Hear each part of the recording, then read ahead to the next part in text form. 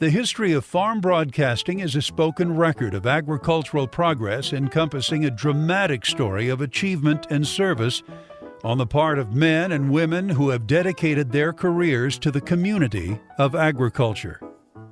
But to appreciate the history of the National Association of Farm Broadcasting, you have to turn back the hands of time and examine the history of broadcasting. In March of 1921, James Bush, a grain dealer in Tuscola, Illinois, put his radio station WDZ on the air for the sole purpose of reporting grain prices to elevator operators without having to spend money on telephone calls. By May 1921, KDKA Radio in Pittsburgh, Pennsylvania began carrying market reports by J.K. Boyd, USDA's market reporter in Pittsburgh. Then, less than a year later, the staff of the National Stockman and Farmer began to broadcast news and advice to farmers. Mason Gilpin made the first broadcast and was a frequent spokesperson until 1923, when the magazine created the new job of radio editor, someone who would devote full time to radio. 2 days after KDKA began its market news broadcast, H.E. Green, an accountant in Greeley, Colorado, put his station, KFKA, on the air and began making 3 times a week train trips between Greeley and Denver so he could report Denver livestock prices to ranchers who were clients. Soon, radio stations were popping up across the country and information for farmers and ranchers was commonplace. University extension agents at land-grant universities and USDA market reporters were the farm broadcasters of the day, sharing market reports and advice on how to grow better crops or raise better livestock.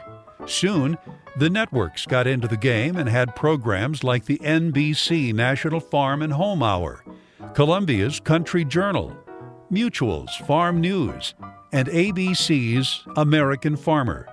United Press, the Associated Press, Reuters, and others were providing wire service with information specifically about agriculture for broadcasters to use.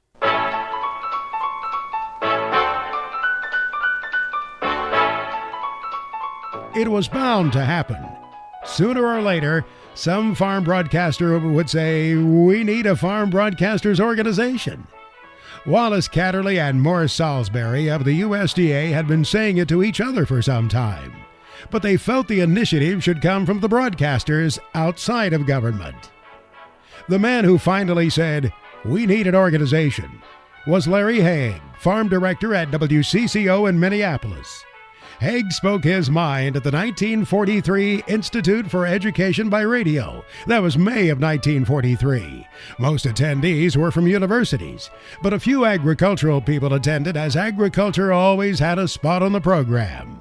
Haig would later say the meeting did not come off very well, as many farm broadcasters were discouraged by the lack of attention. Haig did call for a meeting of the farm broadcasters in attendance, making an emotional speech about the need to form an organization. The speech was received by applause and cheering.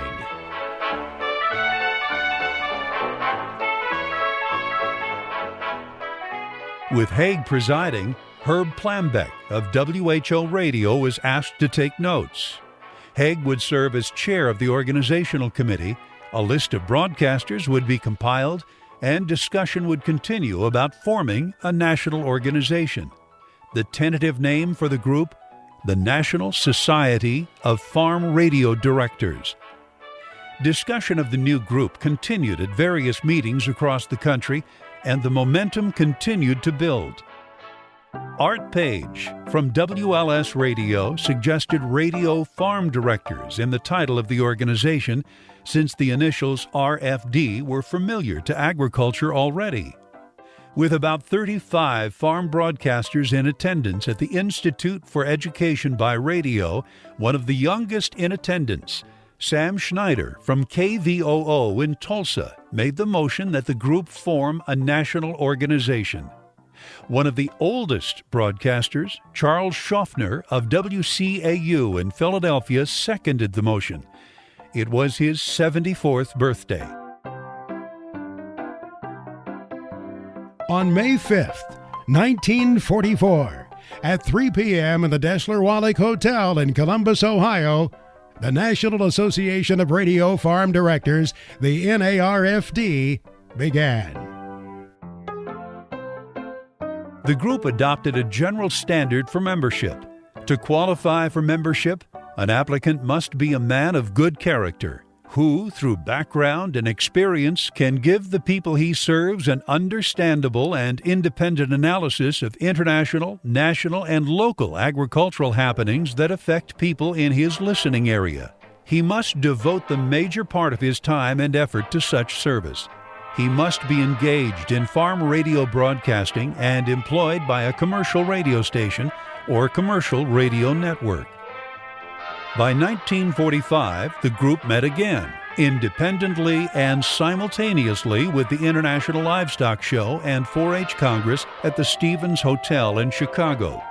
Art Page started the meeting, presenting President Haig with a gavel he made out of black walnut, mesquite, osage, orange, and hard maple, declaring it bonded in unity and strength.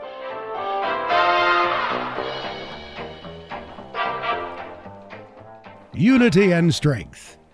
Words that still describe our association today. Words fitting for a 75th anniversary. NAFB. 75 years strong.